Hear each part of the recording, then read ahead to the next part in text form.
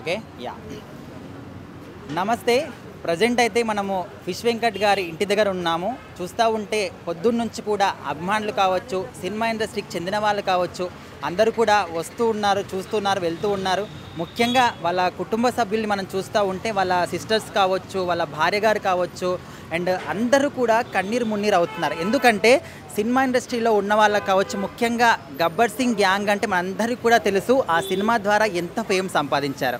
And that Jabardasth team కావచ్చు, వీళ్ళందరూ కూడా దగ్గర ఉండి ఆయన తీసుకెళ్లడం కావచ్చు, డైరెక్టర్లతో మాట్లాడడం కావచ్చు, వాళ్ళకు ఒక క్యారెక్టర్ ఇచ్చి తర్వాత రెమ్యునరేషన్ ఇచ్చేంత వరకు కూడా వాళ్ళ వెనకాలే ఉంటూ వాళ్ళతో పాటు అన్నీ కూడా జాగ్రత్తగా చూసుకునేవారు.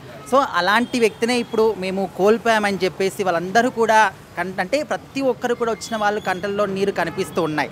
ఎందుకంటే ఆయన ఇండస్ట్రీలో ఉన్న వాళ్ళకి ఆయన గ్యాంగ్తో పాటే కాకుండా చాలా అంటే చుట్టుపక్కల ఏరియా వాళ్ళ చుట్టుపక్కల ఇండ్లలో ఉన్న వాళ్ళకి కావచ్చు, అందరికి కూడా ఎప్పుడూ హెల్ప్ చేసేవాళ్ళంట. ఎందుకంటే తన దగ్గర ఉన్నవి 10 రూపాయలు అయినప్పటికీ అందులో ఒక 9 రూపాయల వరకు కూడా ఆయన హెల్ప్ చేసినటువంటి సందర్భాలు మనం చూస్తూ ఉన్నాం. చాలామంది కూడా అదే చెప్తూ ఉన్నారు. ముఖ్యంగా వాళ్ళ సిస్టర్స్ కావచ్చు, చిన్నప్పటి నుంచి వాళ్ళ బాబాయ్ పెదనాన్న కూతుర్లు అయినప్పటికీ కూడా సొంత చెల్లెల్లాగా చూసుకొని మాకందరూ కూడా అంటే వాళ్ళ నాన్నగారు హాస్పిటల్లో ఉన్నప్పుడు కూడా ధైర్యం చెప్పి పక్కనే మమ్మల్ని పడుకోబెట్టుకున్నాడు. మా అన్నయ్య లేని లోటు మాకు ఎవ్వరు కూడా తీర్చలేరని చెప్పేసి అంటే ఆయన పక్కనున్నటువంటి గ్యాంగ్ వాళ్ళు, జబర్దస్త్ వాళ్ళు కావచ్చు, లేకపోతే గబ్బర్ సింగ్ వాళ్ళు కావచ్చు, అందరూ కూడా మాకు సొంత అన్న లాంటి వాడు, అదేవిధంగా మమ్మల్ని చూసుకున్నాడు. కానీ ఈరోజు ఆ ఒక్క తోడునే మేము కోల్పోయామని చెప్పేసి వాళ్ళు కూడా చాలా బాధపడుతూ ఉన్నారు. అంటే ప్రజెంట్ ఆయన ఒక సెలబ్రిటీయా, లేకపోతే యాక్టరా, కమెడియనా, విలన్ ఇదంతా కూడా పక్కన పెడితే యాజ్ ఒక హ్యూమన్ బీయింగ్గా డెఫినెట్లీ ఆయన లైఫ్ని ఆయన ఖచ్చితంగా సార్థకం చేసుకున్నాడని చెప్పుకోవచ్చు.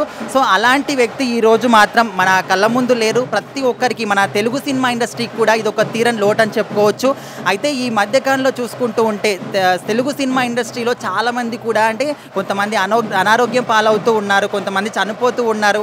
మొన్న ఒక మనకు కోట శ్రీనివాసరావు గారు కూడా కన్నుమూశారు. మరి అది మర్చిపోకన్నా ముందే కూడా ఇప్పుడు మనకు ఫిష్ వెంకట్ గారు చనిపోయారు. మరి ఆయన చేసిన సినిమాలు కావచ్చు, ఆయన చుట్టుపక్కల ఏరియాలో ఉన్న ప్రజలు కావచ్చు, అందరూ కూడా ఆయన గురించి మాట్లాడుతూ ఉన్నారు. సో ఈరోజు ఆయన చేసినటువంటి సేవలు కావచ్చు, తెలుగు సినిమా ఇండస్ట్రీలో ఆయన పోషించిన పాత్రలు కావచ్చు, భౌతికంగా ఆయన మన ముందు లేకపోయినప్పటికీ ఖచ్చితంగా సినిమాలు ఎన్ని రోజులు అయితే ఉంటాయో అన్ని రోజుల పాటు ఆయన బతికే ఉంటారు. సో ఇక్కడ చుట్టుపక్కల ప్రజలు కూడా ఆయన కోసం చాలా మటుకు బాధపడుతూ ఉన్నారు. సో అమ్మ నమస్తే. అమ్మ నమస్తే. సో వెంకట్ గారు మీకు ఏమవుతారు? మాకేం కాదు కానీ మంచి పిల్లగాడమ్మా. మా బస్సులో పుట్టి పెరిగినారు, మంచోళ్ళు వాళ్ళు. చిన్నప్పటి నుంచి కూడా మీరు ఇక్కడనే పుట్టినారు, ఇక్కడనే పెరిగినాము. సో ఎలా ఉండేవారు మన ఫిష్ వెంకట్? మాకు మంచోడు, అందరికి మంచి, ఎవరితో కనలేదమ్మా. ఆయన అక్కడ పోయి జాగా సరిపోతలేదని కూర్చుండే అప్పుడు ఇట్లా ఉండే అందరి మాయి. అయితే ఇటుకలు పోయి అక్కడ కిరాకున్నారు. అక్కడ మా చాలా చేపల మార్కెట్ అక్కడనే పిల్లల పెళ్లి చేసినాం. మేము కూడా వెళ్ళాము. ఇక్కడ ప్రజెంట్ వాళ్ళు ఎక్కడైతే వాళ్ళ బాడీని పెట్టారో అది వాళ్ళ నాన్నగారు ఇల్లు అంటున్నారు. మరి వాళ్ళ నాన్నగారితో కావచ్చు అప్పుడప్పుడు ఇక్కడికి వచ్చేవాళ్ళ? వస్తుండే, అందరూ వస్తుండే, ముగ్గురు కొడుకులు కదా, ఇన్న ఉంటుండే, వస్తుండే పోతుండే, అన్నింటికి వస్తుండే. బోనాల పండుగ అయితే వచ్చి టెంట్ వేసుకొని మైక్ పెట్టుకొని పాటలు పెట్టి అంతా డాన్స్ చేపిస్తుండే పిల్లలు. అంటే వాళ్ళ కుటుంబ సభ్యులతో ఏ విధంగా ఉండేవారు? మంచిగా ఉండే, అందరు అన్నదమ్ములు, అక్క చెల్లెళ్ళు, తల్లి తండ్రి మంచిగా ఉండేది. అందరం ఫ్యామిలీ, ఒక ఫ్యామిలీ లెక్క ఉన్నాం మేమైతే. అంటే ఆయన సినిమాల్లో కానీ టీవీలో కనిపించినప్పుడు మీరు ఏ విధంగా ఫీల్ అయ్యేవారు? ఎక్కడన్నా వచ్చిందమ్మా, ఎక్కడన్నా వచ్చిండు, మా కొడుకు వచ్చిందని సంతోషపడతాం అంతే. మీరు వెంకట్ గారిని ఒక కొడుకులాగా భావించే వాళ్ళు. సో మరి ఇప్పుడు ఆయన మన మధ్య లేరు, చనిపోయారు. సో మరి మీరు ఎట్లా ఫీల్ అవుతారు? బాధ అనిపిస్తుంది. పిల్లలు ఉన్నారు, ఆడపిల్లలు, వాళ్ళకి భోజనానికి ఇబ్బంది కదా, తల్లి కూడా బాగాలేదు, చాలా బాధాకరంగా ఉంటుంది కదా బిడ్డ ఎవరికైనా.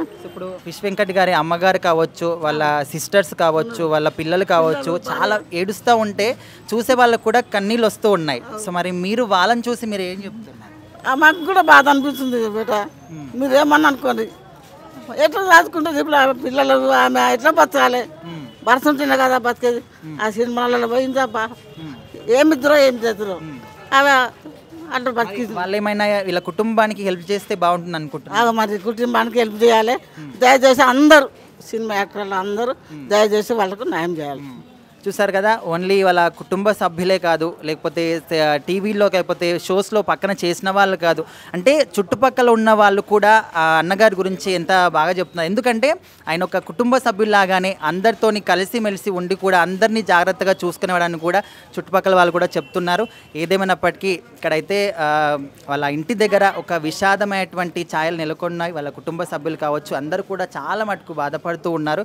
మరి ఇంకా కొద్దిసేపట్లోనే ఆయన పార్థివ దేహాన్ని కూడా తీసే అవకాశం అయితే కనిపిస్తూ ఉంది. సో ఎక్కడ చూసినా కూడా అభిమానులు మాత్రం చాలా భారీ ఎత్తున తరలి వస్తూ ఉన్నారు ఆయన్ని ఆకర్షు చూసుకోవడానికి. మరి తెలుగు సినిమా ఇండస్ట్రీ నుంచి ఎవరైనా పెద్దలు వస్తారా అని కూడా చాలా మందికి ఒక డౌట్ అనమాట. ఇప్పటి వరకైతే ఆయనతో పాటు చేసినటువంటి వాళ్ళు జబర్దస్త్ టీం వాళ్ళు కావచ్చు, లేకపోతే గబ్బర్ సింగ్ టీం వాళ్ళు, వీళ్ళు మాత్రమే రావడం జరిగింది. కానీ సినిమా ఇండస్ట్రీ తరపున ఏ ఒక్క పెద్ద ప్రముఖులు కానీ సెలబ్రిటీస్ కానీ వచ్చిన దాఖలాలు అయితే కనిపించట్లేదు. మరి చాలామంది కూడా దానికోసమని చూస్తున్నారు. ఎందుకంటే 100-150కి పైగా సినిమాలు నటించిన ఈయన మరి ఈయన చూడడానికి ఎవరు కూడా రాకపోవడానికి కారణం ఏంటని కూడా చాలామంది అయితే డౌట్ వ్యక్తం చేస్తూ ఉన్నారు. ఏదేమైనప్పటికీ ఆయనను చూడడానికి మాత్రం చాలామంది కూడా తరలి వస్తూ ఉన్నారు. మరి ఇంకా ఎవరైనా వచ్చే అవకాశం ఉందా లేదనేది చూస్తూనే ఉండండి.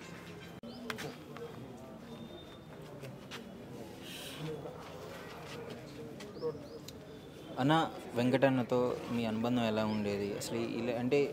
ఇలా జరిగిన తర్వాత ఎందుకని సినీ సెలబ్రిటీస్కి ఎవరు రాలేదనుకుంటున్నారు? నా పేరు వరంగల్ భాషభాయ్, నేను మా మూవీ ఆర్టిస్టు. వెంకటన్న అంటే మంచి మిత్రుడు, మంచి స్నేహితుడు, మా అన్న. ఆయన ఎవరికి కానీ అన్నే మంచోడు, మంచి వ్యక్తి. ఓ ప్రొడక్షన్లో కానీ ఒక షూటింగ్లో కానీ ఎవరిని బాయ్ అని పిలిచేవాడు. క్యారవాన్లో కూర్చోవాలన్నా మీరు క్యారవాన్ ఉన్నదంటే ఏం క్యారవాన్, వీళ్ళందరూ ఎక్కడ కూకుంటారు, మేము అక్కడనే కూకుంటా అని అన్న కూకునేవాడు, ప్రతి ఒక్కటి చేసేవాడు. అన్న 2 years నుంచి ఇబ్బంది పడుతున్నాడు, డయాబెటిక్ పేషెంట్, 2 కిడ్నీలు ఖరాబ్ అయినాయి. 2 years నుంచి డోనర్స్ కావాలని ఎదుగులాడుతున్నాడు అన్న. చాలా అది ఫ్యామిలీ ఫ్రెండు. వరంగల్ వస్తే మా ఇంట్లోనే ఉంటాడు మా అన్న. ఇక ఆయన గురించి చెప్పాలంటే, ముఖ్యంగా చెప్పాలంటే మా హీరో శ్రీహరన్న లేకపోవడం, అన్న ఈరోజు చనిపోయాడు. ఎంతో బాధపడ్డారు, ఎన్నో వైరల్ అయినాయి. మీ మీడియా మిత్రులు ప్రతి ఒక్కరు వేస్తూనే అనుకుంటా చేసిళ్ళు. ఎవరు పెద్ద యాక్టర్స్ అనే వాళ్ళు ఎవరు రాలే, ఎవరు చేయలే. ఈరోజు పరిస్థితి అది. అన్న అలా ఉంటే అన్న వల్ల ఇద్దరు పిల్లలు కూడా పెద్ద ఎడ్యుకేటెడ్స్ ఏం కాదు. ఇద్దరు పెద్ద మన సెటిల్ కాలే. బిడ్డకు పెళ్ళైంది, ఆమె అక్కడ ఉంటుంది. ఇప్పుడు వదిన పరిస్థితి బాగాలేదు. దయచేసి మా మీడియా మిత్రులకు ఒక్కటే చెప్తున్నాను, నేను వదినను కొంచెం మీ మీడియా ద్వారా అందరికీ చూపించి ఆమెకు సాయం చేయాలి, ఆమెకు ఆపరేషన్ చేయాలని కోరుకుంటున్నాం. ఎంతోమంది వస్తున్నారు పోతున్నారు తప్ప మామూలులే. ఒక పెద్ద యాక్టరు, ఒక పెద్ద ఎవరు రాలేదు. ఎందుకంటే ఆది అంటేనే వెంకటన్న అంటే మన వివి వినాయక్ గారు. అంత పెద్ద సినిమాలో ఎన్టీఆర్ గారు పక్కన తొడగొట్టి చిన్న అనే క్యారెక్టరు మా అన్నది. ఆ నుంచి వెళ్ళి కూడా ఏం సాయం అందలేదు, ఎవరు తొట్టలేదు. విశ్వక్సేన గారు, పర్షాన్ భాయ్, మోపిదేవి వెంకటరమణ గారు, ఏపీ నుంచి వచ్చి ఎక్స్ మినిస్టర్ గారు, తర్వాత మా డాన్ మన మైనంపల్లి హనుమంతన్న గారు, అలాగే ప్రతి ఒక్కరు వచ్చి ఓ లక్ష రూపాయలు ఇచ్చిపోయారు. అది ఇన్ని రోజులు ఈ ట్రీట్మెంట్కే సరిపోయింది. దయచేసి మిమ్మల్ని ఒకటే కోరేది, ఇకనైనా పేయవాడు అన్న పేయండి తప్ప, కానీ వదినను మాత్రం ఆపరేషన్ చేయాలి, వదినను మాత్రం చూసుకోవాలని మంచి మనసు కోరుకుంటున్న బ్రదర్.